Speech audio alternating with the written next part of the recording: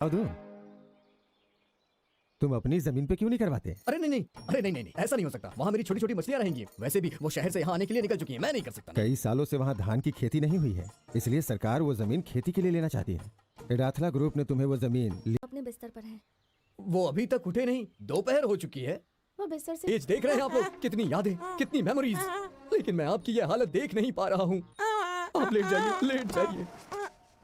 इनकी ये हालत कब से हुई है ऐसी? लगभग 7-8 साल से। और इलाज का क्या हुआ? हर कोशिश कर चुके हैं हम। हम बालेटन जी को ठीक कर सकते हैं, वो ठीक हो जाएंगे। संगीत में ऐसा जादू है। शंभू महादेव। संगीत में ऐसा जादू है कि वो किसी को भी ठीक कर सकता है। मैं बालेटन जी का इलाज संगीत से कर सकता हूँ। हाँ, क्यों नहीं? चंद्रलेखा या सरगम, किस फिल्म का गाना? सरगम ठीक रहेगा। ऑब्जेक्शन लो, हमें चंद्रलेखा चाहिए। चंद्रलेखा। हाँ, चंद्रलेखा ज्यादा अच्छा है। चंद्रलेखा से गाते हैं। वो लाल बाबू की फिल्म है ना, मोहनलाल की।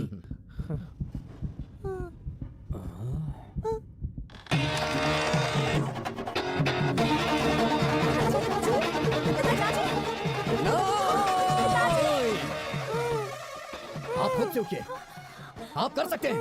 उठिए, कोशिश करिए। अरे उठिए ना। पिताजी, अरे ये क्या हो गया? पिताजी आंखें खोलिए, प्लीज उठिए। मुझे लगता है इस गाने ने काम नहीं किया। अगली बार कोई दूसरा गाना गाना पड़ेगा। राजस्थान खोलिए ना पिताजी। जरा हटिए। रैम्बो, गाड़ी स्टार्ट करो।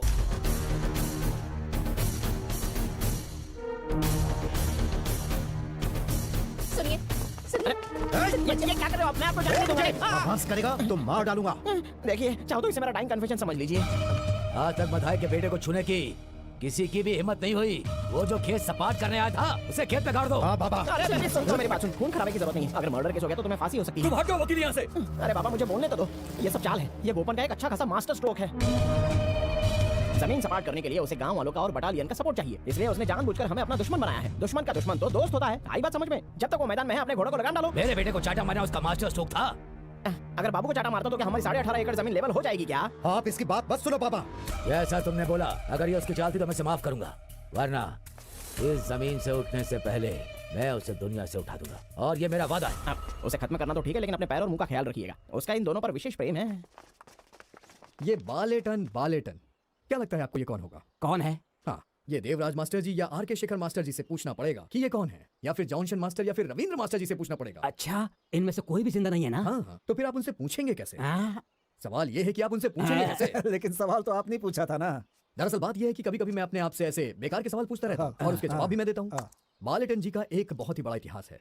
मुझे जहाँ तक याद है, दिलीप जी के बारे में नहीं, इसमें खामोखा दिलीप को मत घसीटो गोपन। मैं दिलीप का फैन हूँ। अरे वो वाले दिलीप नहीं, ये वाले दिलीप। अरे मैं यार रहमान वाले दिलीप जी की बात कर रहा हूँ। उन्होंने दिलीप नाम की एक फिल्म में अपना संगीत दिया है, मैं जानता हूँ। और उस संगीत में बालेटन जी ने तबला बजाया। वो योद्धा है। वाह क्या बात है, सुहानी रात है, सुहानी रात है, मस्तानी रात है। बहुत अच्छा गाना है।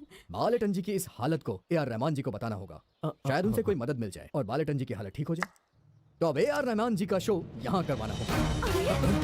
क्या ये हो सकता है? क्या आप रहमान को पर्सनली जानते हैं? ए पागल लड़की, रुको। तुमने क्या पूछा मुझसे? यही ना कि ए.आर. रहमान को मैं पर्सनली जानता हूँ। मतलब ये है कि हम एक बेड पे सोते थे और एक ही थाली में खाते थे, ऐसा रिलेशन है हमारा। स्वामी जी, स्वामी महाराज जी, अगर ये प्रोग्राम हो गया तो इसका पूरा फायदा बालेटन जी की फैमिली को होगा और मुदलकोटा बटालियन का सपना सच भी हो जाएगा। आगे का डिसीजन आपका है। मेरा मिशन है 100 घर बनाने का सपना। मेरे प्यारे गोपन, भगवान पूरा भला करे। हाँ, तो फिर ये प्रोग्राम होना चाहिए। हमें करना ही होगा। हाँ। ये प्रोग्राम हो गया तो हम गांव की सारी गरीब लड़कियों की शादी कराएंगे। इस रहमान के शो पे तो बहुत खर्चा करना पड़ेगा ना? मैं कुछ ऐसे कॉर्पोरेट ग्रुप्स को जानता हूँ जो ये शो स्पॉन्सर कर सकते हैं। हाँ। फिर हम वो शो रिकॉर्ड करेंगे, फिर हम किसी भी टीवी चैनल को उसे 4-5 करोड़ रुपए में बेच देंगे। हाँ, सही कहा। हाँ। लेकिन हम ये शो करेंगे कहाँ पे? पंचायत का ऑडिटोरियम है। तुम्हारा 250 सीट वाला पंचायत ऑडिटोरियम ए.आर. रहमान के शो के ठीक नहीं लिए। है। सुनिए प्रेसिडेंट साहब, क्या? शो के दौरान कम से कम 1 लाख क्या? लगाएंगे। बाप रे। बहुत बड़ा स्टेज होगा, हमें एक बहुत बड़ा पार्किंग एरिया भी चाहिए। इस गांव में इतनी बड़ी जगह है क्या? तो फिर हमारा स्कूल का ग्राउंड है ना प्रेसिडेंट जी? हाँ, लगभग 1 एकड़ का होगा। देखिए प्रेसिडेंट जी, कम से कम 10 से 5 एकड़ जमीन की जरूरत पड़ेगी। हाँ, क्या मैं एक सुझाव दूं? तुम अपनी जमीन पे क्यों नहीं करवाते? अरे नहीं, ऐसा नहीं हो सकता। वहाँ मेरी छोटी छोटी मछलियाँ रहेंगी। वैसे भी वो शहर से यहाँ आने के लिए निकल चुकी हैं, मैं नहीं कर सकता। कई सालों से वहाँ धान की खेती नहीं हुई है, इसलिए सरकार वो जमीन खेती के लिए लेना चाहती है। इडाथला ग्रुप ने तुम्हें वो जमीन लीज पे दी है ताकि सरकार वो जमीन अपने कब्जे में न कर सके। हम वो जमीन सपाट कर देंगे और शो के लिए स्टेज बना देंगे। वाह, ये तो कमाल का आइडिया। लेकिन मेरी वो छोटी छोटी मछलियाँ जो शहर से निकल चुकी हैं। देखो अब तुम ना नहीं करना, ये गांव की जरूरत है। शे, अगर आप सब यही चाहते हैं तो ठीक है, कोई बात नहीं। रूलिंग पार्टी, अपोजिशन, बटालियन सब गांव वाले मिलकर काम करेंगे और रहमान का शो सुपर हिट कर देंगे। सही कहा। लेकिन एक प्रॉब्लम है, हाईवे से वहाँ तक रोड बनाने के लिए उस दामोदर की इजाजत लेनी होगी। अगर वो जमीन देने के लिए तैयार हो गया तो हम रोड आसानी से बना सकते हैं। ओह, जब मैं जेसीबी ला रहा था तो उसी ने